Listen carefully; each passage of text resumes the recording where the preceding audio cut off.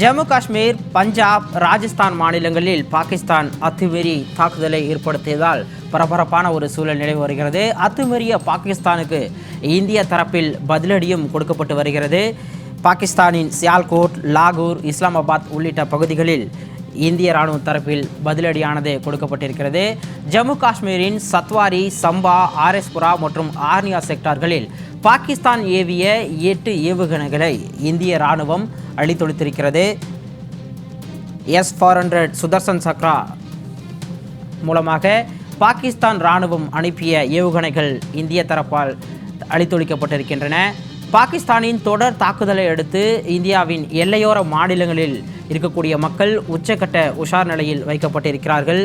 பாகிஸ்தான் தாக்குதலுக்கு இந்தியா பதிலடி கொடுக்கும் வகையில் பாகிஸ்தானின் சியால்கோட், லாகூர், இஸ்லாமாபாத் உள்ளிட்ட பல்வேறு பகுதிகளில் குண்டுமழை பொழிந்திருக்கிறது. ஜம்மு காஷ்மீர், பஞ்சாப், ராஜஸ்தான் மாநிலங்களில் பாகிஸ்தான் அத்துமீறி தாக்குதலை தொடுத்திருக்கிறது. அத்துமீறிய பாகிஸ்தானுக்கு இந்திய இராணுவ தரப்பில் பதிலடியானது கொடுக்கப்பட்டு வருகிறது. ஜம்மு காஷ்மீரின் சத்வாரி, சம்பா, ஆர்எஸ்புரா மற்றும் ஆர்னியா செக்டார்களில் பாகிஸ்தான் ஏவுகணைகளை ஏவி தாக்குதல் நடத்த முயன்ற நிலையில் இந்தியாவின் S-400 சுதர்சன் சக்ரா மூலமாக அந்த ஏவுகணைகள் அழித்தொழிக்கப்பட்டிருக்கின்றன. வான்வெளியிலேயே பாகிஸ்தான் ஏவிய 8 ஏவுகணைகளை இந்திய இராணுவம் அழித்தொழித்திருக்கிறது.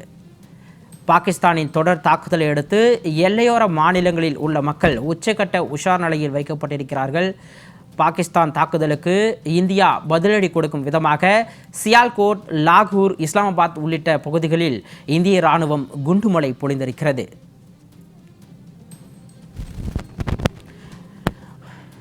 போரை தாங்களாக தொடங்க விரும்பாத இந்தியா அதே சமயம் பாகிஸ்தான் எடுக்கும் நடவடிக்கைகளுக்கு பதிலடி கொடுக்க தயங்க மாட்டோம் என்பதை இதன் மூலமாக இந்திய அரசும் சரி, இந்திய இராணுவம் சரி நிரூபித்துக் கொண்டிருக்கிறார்கள். அத்துமீறிய பாகிஸ்தானுக்கு இந்திய இராணுவ தரப்பில் பதிலடி கொடுக்கப்பட்டு வருகிறது.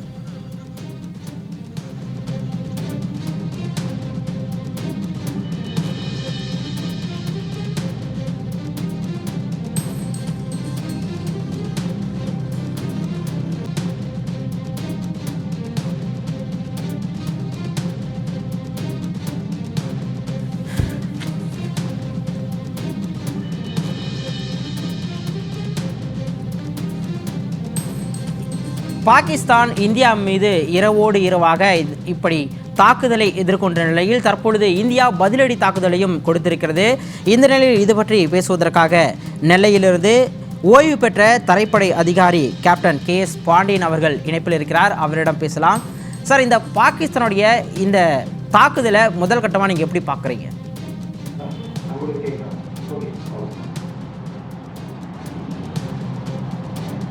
சார், குட் மார்னிங் டு ஜெய டிவி. நான் இந்த எப்படின்னா இந்த தாக்குதல் எப்படின்னா உங்களுக்கு 22 ஏப்ரல் அன்னைக்கு அவங்க வந்து ஒரு மிகப்பெரிய ஒரு அட்டாக் பண்ணியிருக்காங்க. எப்படின்னா ஒரு நான் முஸ்லீம், ஏன்னா அதில் வந்து யாருமே இந்த முஸ்லீம் யாருமே கிடையாது. இது யாருமே எதிர்பாராத ஒரு இதில் வந்து அவங்க அந்த ஒரு பிளான் பண்ணி தான் இந்த அட்டாக் பண்ணியிருக்காங்க. ஏன்னா இது வந்து டைரெக்டாக வந்து இமிடியேட்லி இதெல்லாம் அட்டாக் பண்ண முடியாது. ஆக்சுவலாக இவங்க வந்து ப்ரீ பிளான் பண்ணியிருக்காங்க, பண்ணிவிட்டு இந்த அட்டாக்கை பண்ணியிருக்காங்க. இதில் வந்து யாருமே ஒரு முஸ்லீம் கம்யூனிட்டியில் உள்ளவங்க யாருமே கிடையாது. இதில் ஒன்றுமே மேக்ஸிமம் வந்து ஹிந்து அண்ட் கிறிஸ்டின் தான். இதில் இவங்களை பிளான் பண்ணி அட்டாக் பண்ணியிருக்காங்க. வெறும் சிவிலியன், கிட்டத்தட்ட ஒரு 26 சிவிலியனை வந்து இவங்க கொடுமைப்படுத்தி அவங்கள வந்து மர்டர் பண்ணியிருக்காங்க. இது வந்து மிகப்பெரிய ஒரு பாகிஸ்தான்கிற ஒரு நாட்டுக்கே ஒரு மிகப்பெரிய ஒரு விளைவு, அசிங்கத்தை கொண்டு வருது. உலக நாடுகள்லாம் பார்க்கும்போது இது வந்து மிகப்பெரிய ஒரு தவறான ஒரு அட்டாக் பண்ணியிருக்காங்க மிலிட்டன்ஸு. ஆனால் ஒரு மிலிட்டன்ஸ் வந்து எப்படின்னா சாதாரண வந்து அட்டாக் பண்ண முடியாது யாரையும். ஏன்னா எப்படின்னா வந்து ஒரு மிலிட்டன்ஸ் வந்து ஒரு கண்ட்ரி, ஏன்னா ஒரு கண்ட்ரி பார்டர் கிராஸ் பண்ணி ஒரு கண்ட்ரியில் வந்து அட்டாக் பண்ணணும்னா ஒரு சாதாரண விஷயம் கிடையாது. ஏன்னா ஒவ்வொரு பார்டர்லேயும் ஒவ்வொரு ஸ்டெப்பில் வந்து பார்டர் பிஎஸ்எஃப் செக்யூரிட்டி ஃபோர்ஸஸ் இருக்கிறாங்க. அதுக்கு அடுத்து நெக்ஸ்ட் இருக்கிறாங்க. வருஷம் ஒவ்வொரு இடத்துலையும் நம்மளுடைய ப்ரொடெக்ஷன் டீம் வந்து இருக்கிறாங்க. இதை மீறி இவங்க உள்ளே வரணும்னா சாதாரண விஷயம் கிடையாது. ஏன்னா இவங்க வந்து பாகிஸ்தான் மிலிட்டரியினுடைய சப்போர்ட் இல்லாமல் இவங்க நம்மளுடைய இந்தியனுடைய எல்லைக்குள்ளே வரவே முடியாது.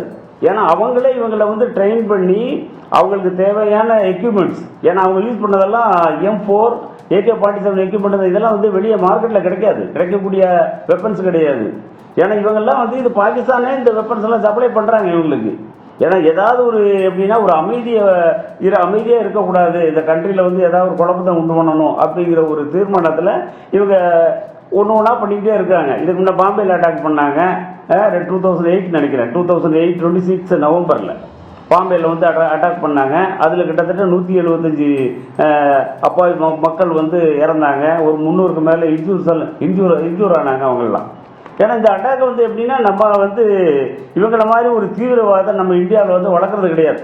ஏன்னா தீவிரவாதமே நம்ம நாட்டுக்கு வந்து ஒரு எகென்ஸ்டாக இருக்குது. தீவிரவாதத்தை நம்ம வந்து தீவிரவாதிகளை நம்ம நாட்டில் வந்து ஒழிக்கத்தான் நம்ம நினைக்கிறவங்க ஒழிய வளர்க்குறதுக்காக நம்ம கவர்மெண்ட்டோ இல்லை நம்மளுடைய ஃபோர்ஸஸோ வந்து சப்போர்ட் பண்ணுறது கிடையாது. ஏன்னா அவங்களுக்கு வந்து இதையே தொழிலாக பண்ணிக்கிட்டு இருக்கிறாங்க. அது வந்து எப்படின்னா நம்ம வந்து எப்பவுமே வந்து காந்தியுடைய வழியில் அகிம்சையில் நம்ம போய்கிட்டு இருக்கிறதுனால சின்ன சின்ன அட்டாக்குக்கு வந்து நம்ம பதில் கொடுக்கறது இல்லை அவங்களுக்கு. ஏன்னா அந்த மாதிரி இப்போ இஸ்ரேல் போன்ற கண்ட்ரிகள் வந்து ஒரு ஆள் அடித்தாச்சுன்னா அவங்க 10 பேர் அடிப்பாங்க. ஏன்னா சார் தொடர்ந்து பேசலாம் சார். தற்போதைய அண்மை செய்தி